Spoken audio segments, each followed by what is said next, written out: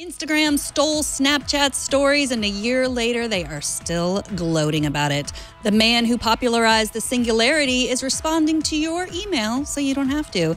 And two giant robots are going to battle to the death. Can we watch? All that and so much more coming up on Tech News Today.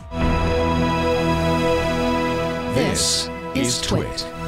Bandwidth for Tech News Today is provided by CacheFly at CACHEFLY.com.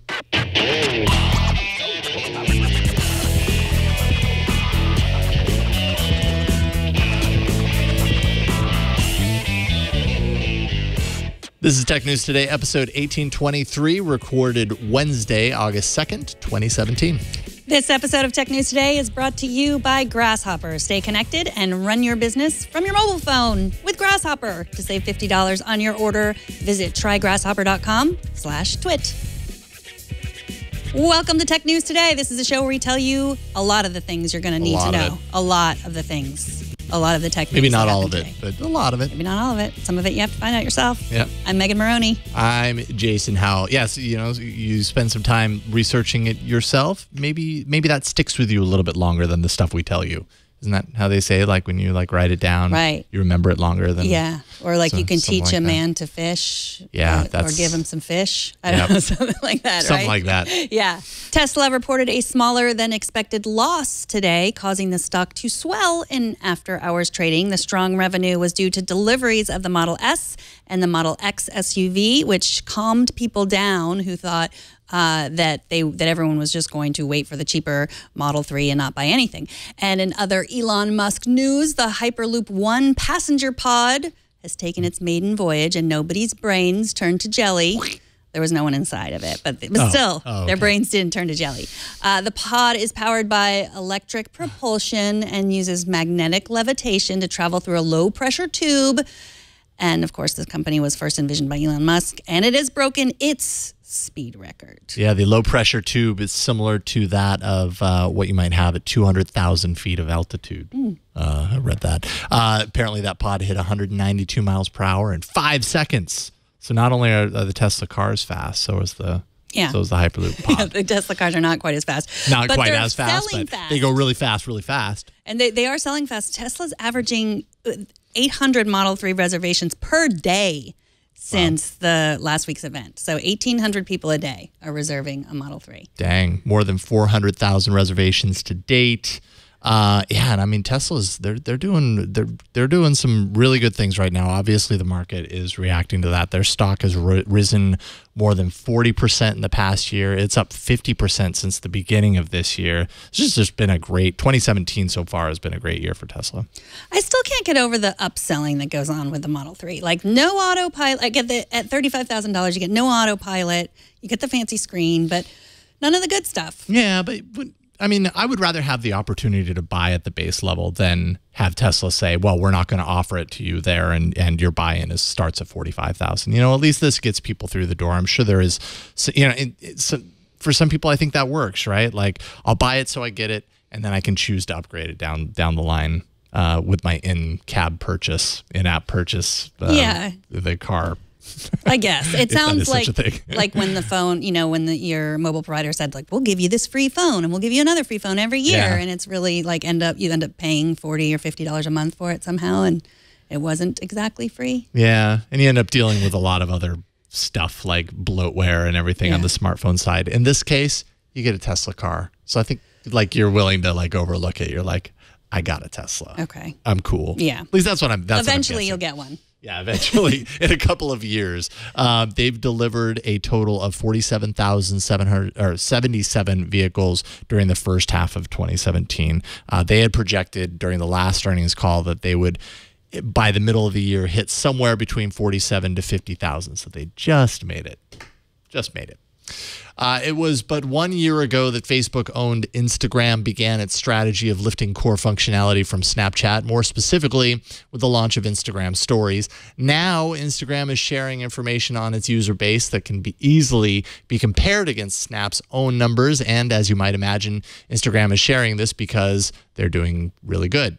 Instagram Stories is a big driver of increasing time spent using the service, and half of the businesses currently on Instagram use Instagram Stories Stories as a result of that engagement. At least that was the case in the past month that they evaluated and released the information on. Instagram Stories sees 250 million daily active users, and they kind of touted some numbers as far as the amount of usage, because that's a big part of what this is. They're saying with Instagram, 25 and under users spend more than 32 minutes per day, compared to what Snap had released very recently, same category, 30 minutes per day. So they're getting a couple of extra minutes there. And then over 25 users, Instagram, those users are spending more than 24 minutes per day on Instagram, compared to 20 minutes per day on Snapchat in the same group.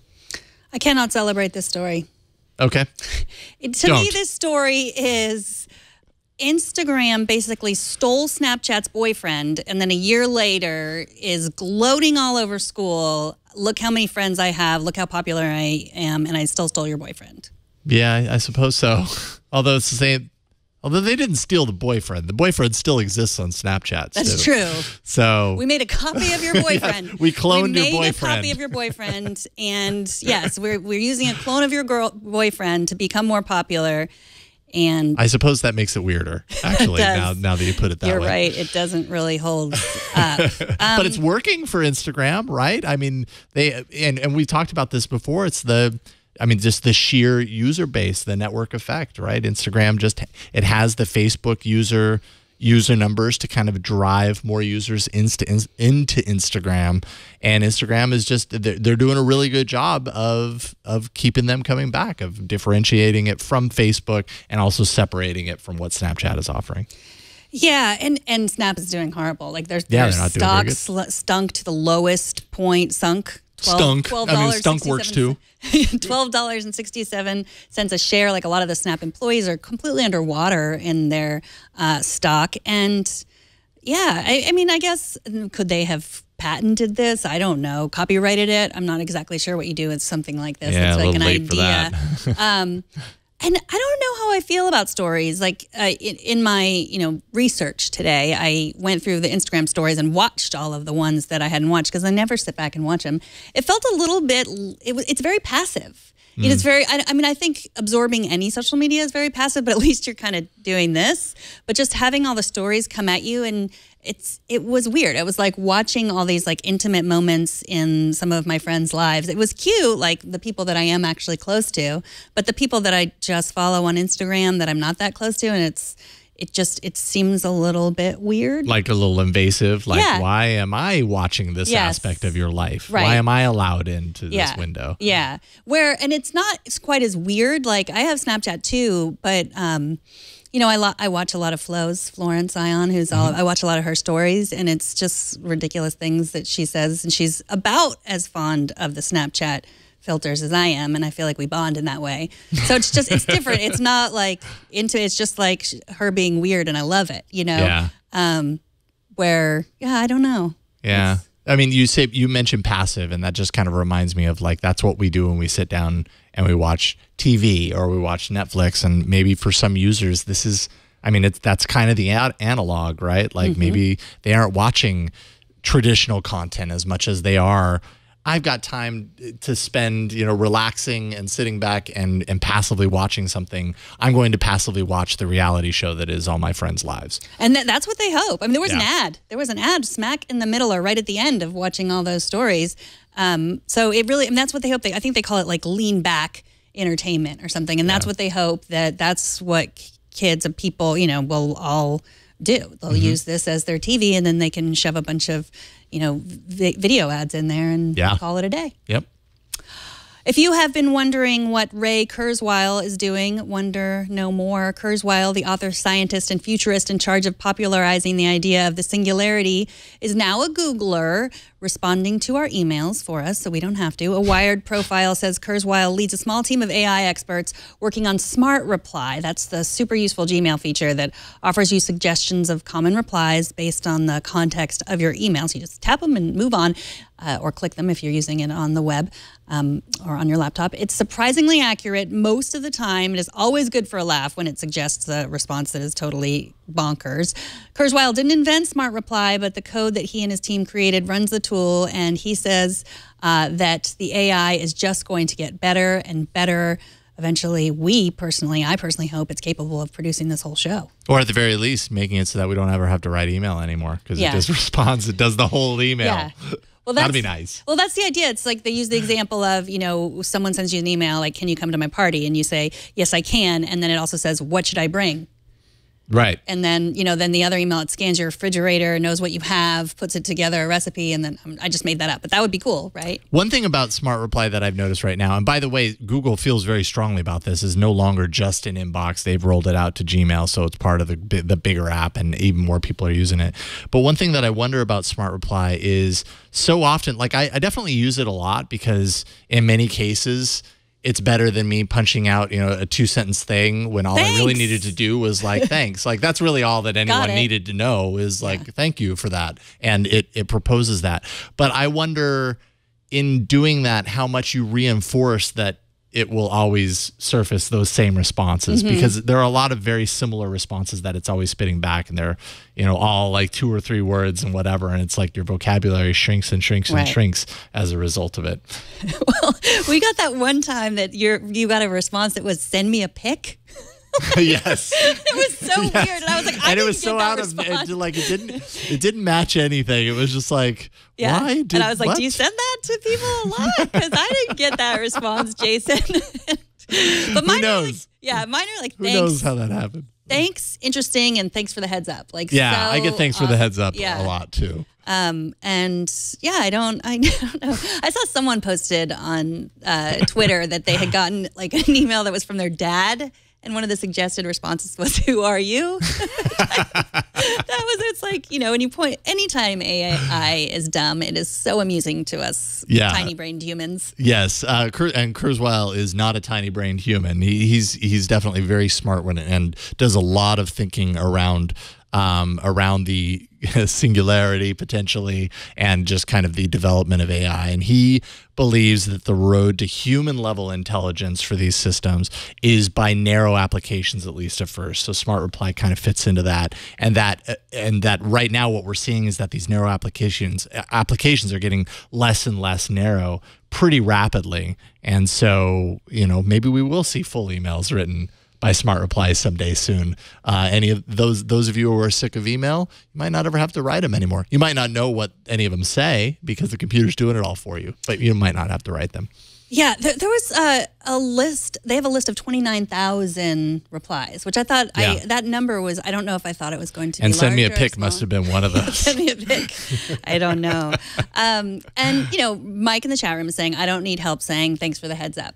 But I will say that yes, I don't need help saying that either. But if I have a ton of email where people are telling me things that are helpful, I'm either going to say that's way too much, I can't type responses, or I'm going to go through and use that pretty often. For me, it's not even that intentional.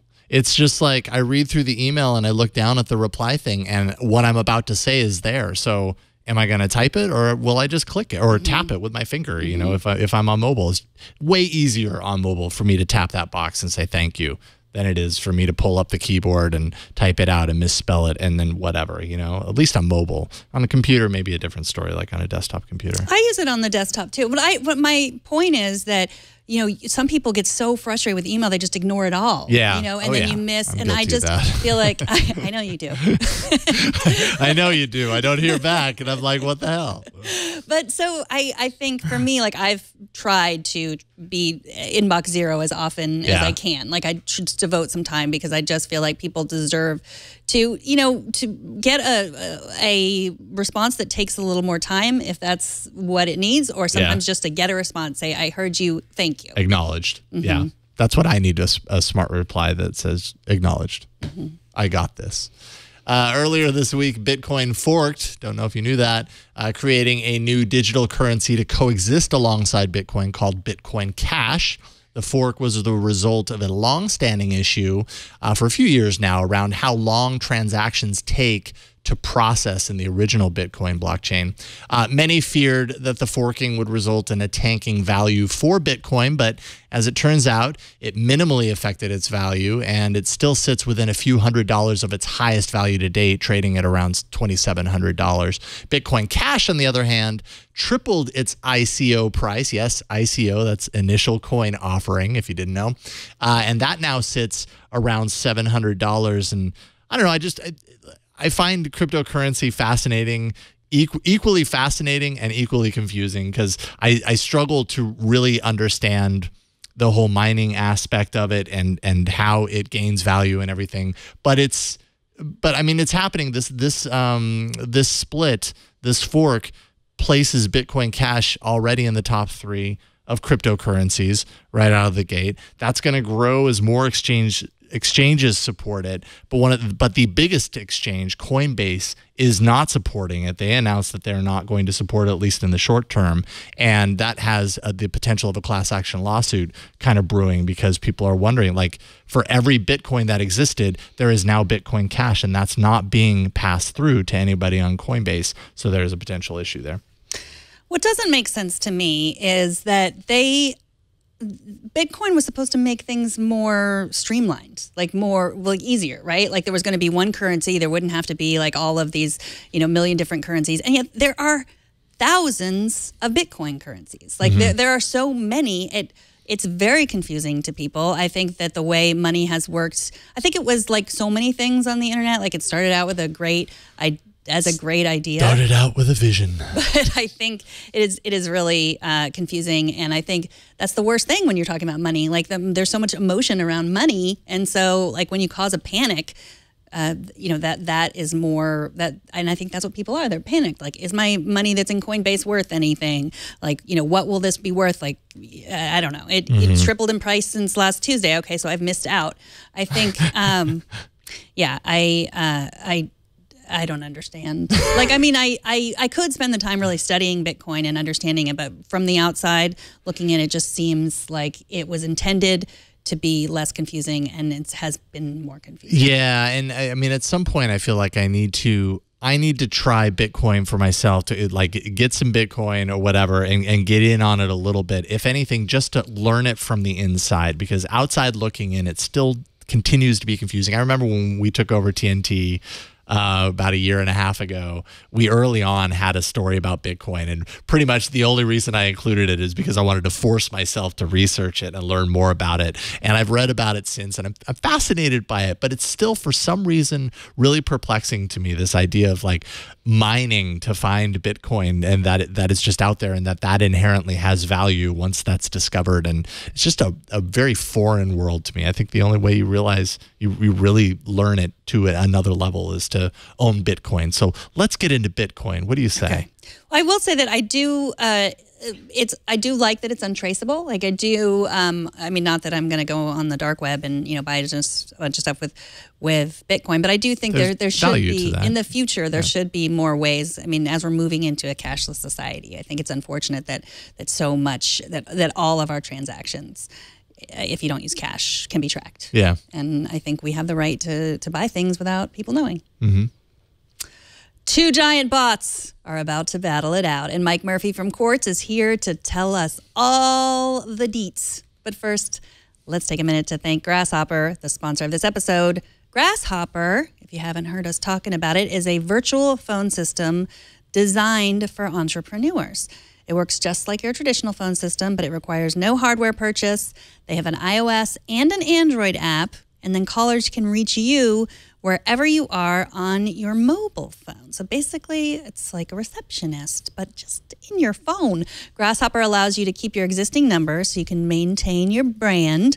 When you make a call, your caller will see your Grasshopper caller ID, and they will not see your personal phone number. So that's great if you want to keep the two separate. All you have to do is select a toll-free or a local number, record a custom greeting, and then add multiple extensions for your business. If you haven't thought about getting a toll-free number for your business, now is a good time to try to get one because it's good. It makes you look more professional. It's great for marketing. and it's easy to get. Set up department and employee extensions with custom call forwarding. You can forward to any phone in the world. Get voicemails emailed to you as audio attachments. You can also send and receive your SMS text messages right from your business number. Join over 250,000 Grasshopper customers today. Plans start at just $12 a month. And if you want to try it out, you have a 30-day money-back guarantee. So no reason not to try it out. So turn your smartphone into a business line with Grasshopper. If you want to save $50 on your order, you can because you're listening. So go to trygrasshopper.com/twit. That's trygrasshopper.com/twit. And we thank Grasshopper for their support. If you've ever wondered whether you would finally witness the rise of the battle bots or the battle robots, wonder no more. It's coming, and not in the distant future either. Joining us to talk about this is Mike Murphy from Quartz. Welcome back, Mike. Hey, thanks for having me. It's great to have you here. So I saw this article, and almost immediately I was like, wow, this is a glimpse into the future. I don't know how epic it's actually going to be in reality, but I knew that we had to get you on to talk about this. The Megabots. Tell us a little bit about the group behind Megabots and what they've been building. So I've been following this company for like literally 2 years now. They announced, I think it was like July 2015. Like they put this video on YouTube like, hey, we're a bunch of guys in America and we built this giant robot. And we know that Japan, there's a bunch of other guys who also decided to build a giant robot. And now we want to fight you, which is very American, to be fair. Yes. And so they said I think it was like literally July 2015, they're like, in 1 year, we fight. And, now a little over 2 years later, they're kind of like, okay, we're finally ready. And to be fair, there were like all kinds of other crazy logistical issues involved in like fighting 20-foot tall, 3-ton giant robots, so that you can kind of understand why there might have been logistical challenges. But so over the last 2 years, this group of they're like roboticists. A few of them have been kind of like in maker spaces for a long time. One of the founders has like reality TV experience, and so between all of them, they've been kind of deciding that actually what they want to do with this fight is not just host this like awesome robot fight, but more create like an actually interesting version of BattleBots. Like BattleBots is like cute and neat, and like sometimes stuff blows up, and sometimes you're like, oh, that's really cool, in like a NASCAR kind of way.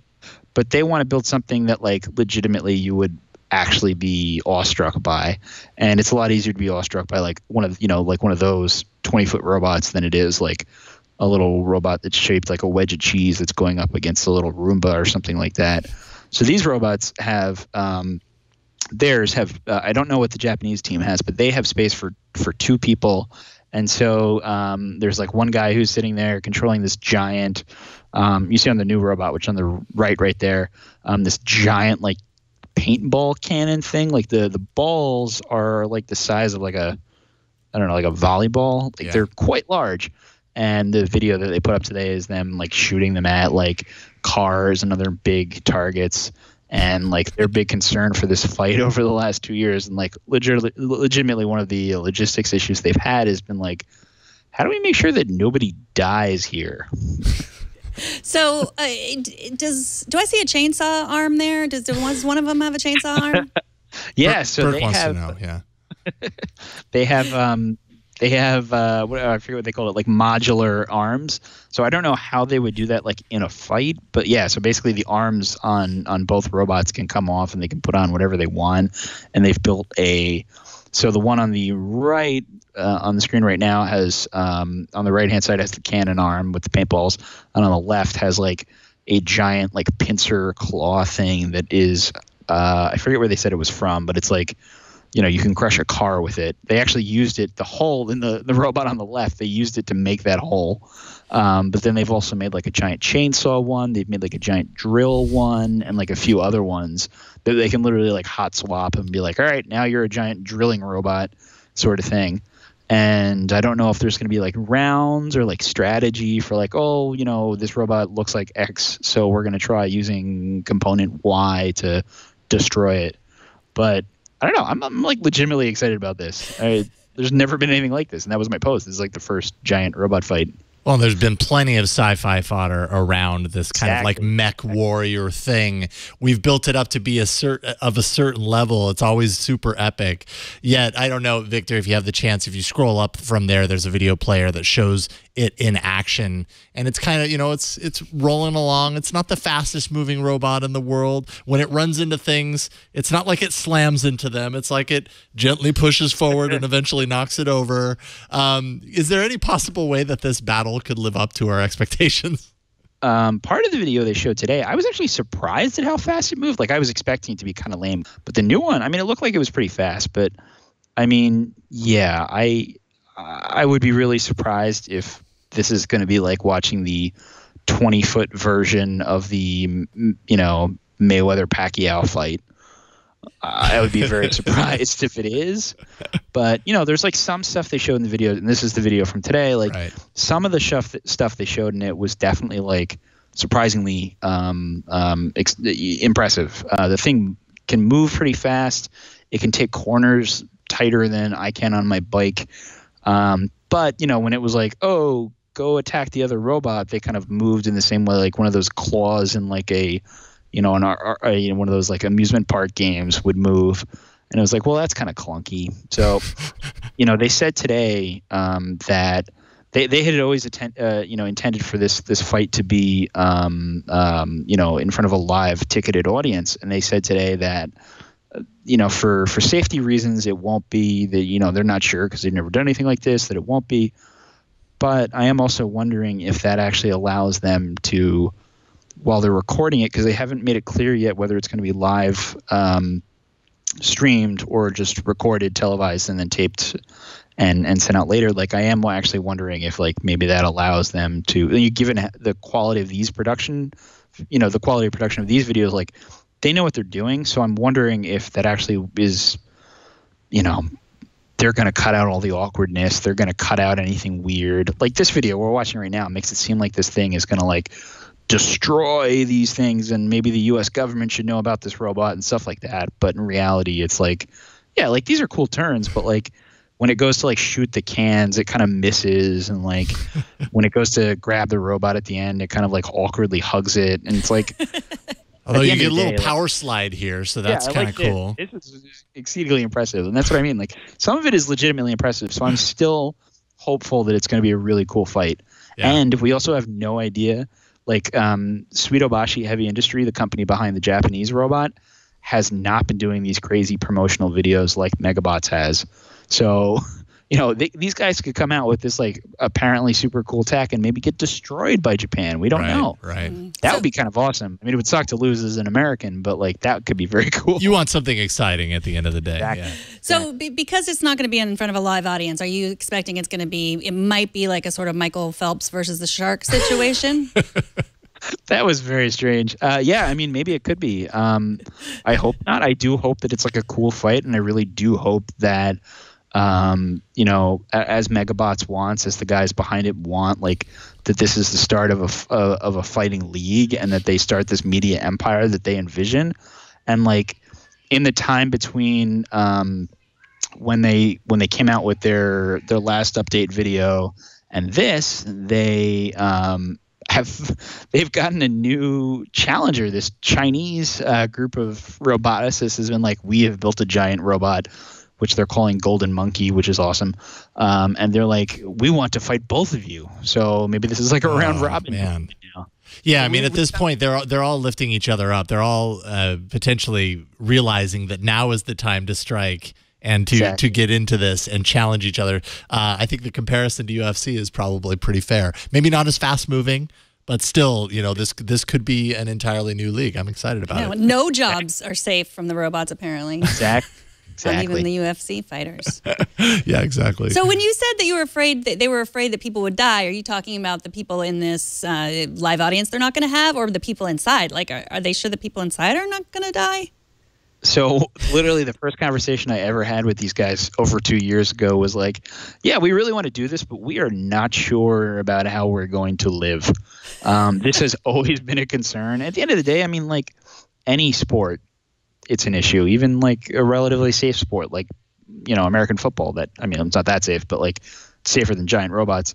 Like, there's always a concern about that sort of thing, and I think that probably is another reason why they're not doing this live, just in case anything really bad happens. Because at the end of the day, like, as you see in this video, like, one of the shots, like, they're shooting paintballs forever, and then one of the shots they're like, oh, well, this is something experimental, and you can see the car is on fire there. It shoots a ball of fire at the car. Like, if you did that at the other robot, that person would bake. Yeah. That, someone would get hurt if that happened. And I assume this is all for, like, promotional material, and they wouldn't do anything like that, during the actual fight. But, like, yeah, I mean, if they do this properly, and it's like all of that sci-fi that we've ever seen, if it's like Mech Warrior, someone is legitimately going to get hurt. Yeah, potentially so. So I guess finally, when is it happening? We don't even know when we'll be able to see it because it's not broadcasting live, right? But exactly. It's happening in September.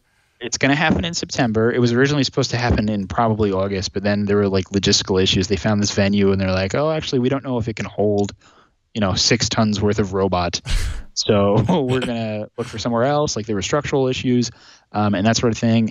So it's happening in September. It's going to be live broadcast on Megabots' social channels, or broadcast in some capacity, and they haven't told us where. So I'll be interested to see. They told me in the past, like, oh, we want to have it on like a aircraft carrier or something like super extreme like that. So it'll be interesting to see if it is actually as cool as that. I don't know. It could just be in like the Oracle Arena. Yeah. I mean, if you're going to do it, you might as well do it right. And exactly. Aircraft carrier sounds about right. So Mike Murphy from Quartz, QZ.com. Where else can people follow all your work online?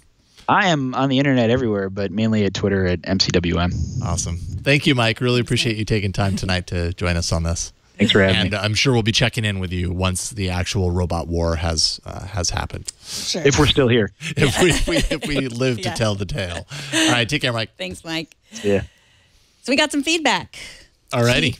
Keith George, an educational technology specialist for the Alabama State Department of Education, also known as Big Tech Coach on Twitter, wrote in about our discussion yesterday with Lisa Beyer about internet safety education. Keith says schools across the country are teaching digital literacy to students of all ages. In another comparison to sex ed, however, waiting until students are in high school, even in middle school, is probably too late. I am a Google certified trainer, and Google recently unveiled Be Internet Awesome, a curriculum for grades 3 to 5 that covers, among other topics, protecting your digital footprint. But the leader by far in internet safety education is commonsensemedia.org, with their curriculum that can be used with students as young as kindergarten. I am a Common Sense Media Ed Tech mentor, and this program is nationally recognized for its effectiveness. Lessons cover internet safety, privacy and security, digital footprint and reputation, and many more areas. This curriculum is provided 100% free to schools and educators, and there's a wonderful family education program as well. I love Common Sense Media. Like, I use it all the time for knowing whether, or for trying to figure out whether the movies I remember as a kid actually are good for my Gremlins, young kids. No. Right? Like, I look up these movies that I remember watching really young, and then I put it into Common Sense Media, and it lists all the details as far as like why you might not want to show it to a 4-year-old kid. And then I realized, wow, I was watching some pretty interesting films at a young age. It's also helpful for Netflix shows, which are weirdly rated, and you don't they don't follow the same standards, and so it's good for that. And I mean, it's fantastic for all that stuff, for getting some insight onto what's good for children. When it comes to content, I didn't know they had an educational arm curriculum around it. And it's changing so fast because I have kids that are 2 years apart from each other, and even the way that my daughter, who's 14, was educated about this stuff versus my twin boys, who are 2 years younger, were educated. Like, they've caught on. Everything's changing, and the teachers are their teachers are more. A lot of them grew up with some sort of social media. Like, they had experiences on MySpace that they wish they had, not had, that sort of thing. So all of those blinking flash tags, blink tags, and stuff. Very embarrassing. So embarrassing. So I mean, more and more of us are thinking about our digital footprint, which is something that we never had to, think about because the internet wasn't around when we were doing all that crazy stuff. Yeah, I mean, I imagine they're learning as they go too, because this is a constant problem. So every year, teachers are getting more aware of what's happening, understanding how to work around it, how to work with kids and everything. So it's great that there's some curriculum options out there. And I had completely forgotten that Google had announced Be Internet Awesome a few months ago. I think we actually talked about it on this show. You're internet awesome, Jason. Thank you. You are too. We're all internet awesome, aren't we? Burke is also pointing out Larry Magid, who comes on Twitter a lot. He has a kid safety. Kids. He works in kid safety. Just Google Larry Magid, and you'll find all of his helpful stuff as well. Yeah, what is it? It's connectsafely.org. So he's got a bunch of good stuff there as well. TNT's fan of the day is Troy Wolf, who sent us this photo on Twitter and Instagram, actually, a few different places, making sure we get it, saying, I don't really watch, I listen while in my International Pro Star Plus. And I was like, what is an International Pro Star Plus? That is a fantastic dash there. It's actually a really nice looking, I don't know how to rate long haul trucks, but it looks nice to me. So apparently, while he's cruising across the U.S. or wherever he drives his long-haul truck, he's listening to TNT. I am thankful for our truckers who bring me a steady stream of Echo Dots to my door, and also for listening to us. Thank you. We thank you for all of these things, whether you had anything to do with it, Troy, or whether you didn't. Show us how you watch or listen to TNT. Just record a video or take a picture of yourself or your setup. You can post that on Instagram, Google+, Twitter, or Facebook, and use the hashtag HowIWatchTNT, and we will find it. And finally tonight, we know that many of you like to listen to us at higher speeds, and that is okay. You do you, but Paolo Uggetti, a writer at The Ringer, says you might be sacrificing comprehension for speed. To be fair, he says that it's probably fine to speed up conversational podcasts like ours, a reasonable amount, and you won't lose any of the content. But with denser topics, your comprehension will suffer after you speed up 50% compression, or that's 2 times speed. This is a decade-old research by Raymond Pastore of Penn State. He says we overload the working memory by listening too fast. I can't listen faster than normal. And I've tried. They pointed out in the article that I think it was like 1.2 or 1.25. That's the sweet spot. If you're going to speed up, that's the point at which you can still speed it up and still comprehend it at roughly the same level as if you were listening at normal speed. But even that, I feel like maybe it's just the podcasts that I listen to are far too information dense, and I want to learn as much as possible from that information, that I feel like so much of it just skips right past me if I'm listening fast. I might be able to listen to more shows, but my retention of that, I totally read through this. I was like, yes, yes, yes. I feel this every time I think I need to speed up podcasts. So I just don't even try anymore. I don't either, and I don't speed up audiobooks. We've talked about this before. Some people speed up TV shows, on stuff that they watch on YouTube or other video apps that you can speed up. That sounds crazy to me too. It's also just this idea of having, there are so many podcasts now. There are so many, and just feeling like if you're a completionist, it can get completely overwhelming. Yeah. And you feel like you have to get through all of them. So yeah, it's I can't do it. I just have to accept that I might miss something. And also something else, the more edited podcasts, you miss a lot. The ones that have a lot of sound. I listen to a lot of Radiolab. It's very sound intensive. And I think speeding up those kinds of shows, you lose a lot too. Yeah, because they spend a lot of time. They go through great pains on a lot of those podcasts that are highly produced to make sure that things sound just right, that this music or this sound or everything tucks under at exactly the right point. They've spent hours editing it all together. When you're compressing it, you're literally pulling out chunks of audio throughout, and it just compresses everything. And so it messes with the timing. It messes with the actual sound of those elements. It's just, I don't know. I mean, to someone who maybe respects production, it's kind of a disrespectful thing to do, right? It's like, I don't care what kind of work you went into here. I'm going to make it sound completely different. And as a listener, I guess that's your choice to do it and everything. But I know what it's also like on the other side of that, to be like, no, that's not how I intended it to be. Yeah.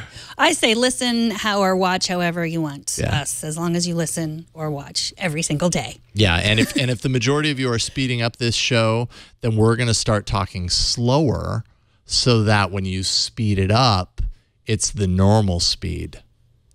I can't do that. Okay. Well, okay, maybe we won't do that. TNT records live every Monday through Friday, 4 p.m. Pacific, 7 p.m. Eastern, 2300 UTC at twitch.tv/live. You can be part of the show by emailing us at tnt@twit.tv. You can leave us a short voicemail at 260-TNT-SHOW and find us on Twitter at TechNewsTodayTV. And subscribe to the show at twit.tv/TNT. And if you want to tell me how fast or slow you listen to our podcast, you can find me on Twitter. I'm at Megan Maroney. And I'm Jason Howell on Twitter. Thanks to our technical director, Victor. Thanks to Burke for helping out here in the studio. Thanks to Kevin for editing the show. And thanks to you for talking tech with us today. We'll see y'all tomorrow. Bye, everybody. High five.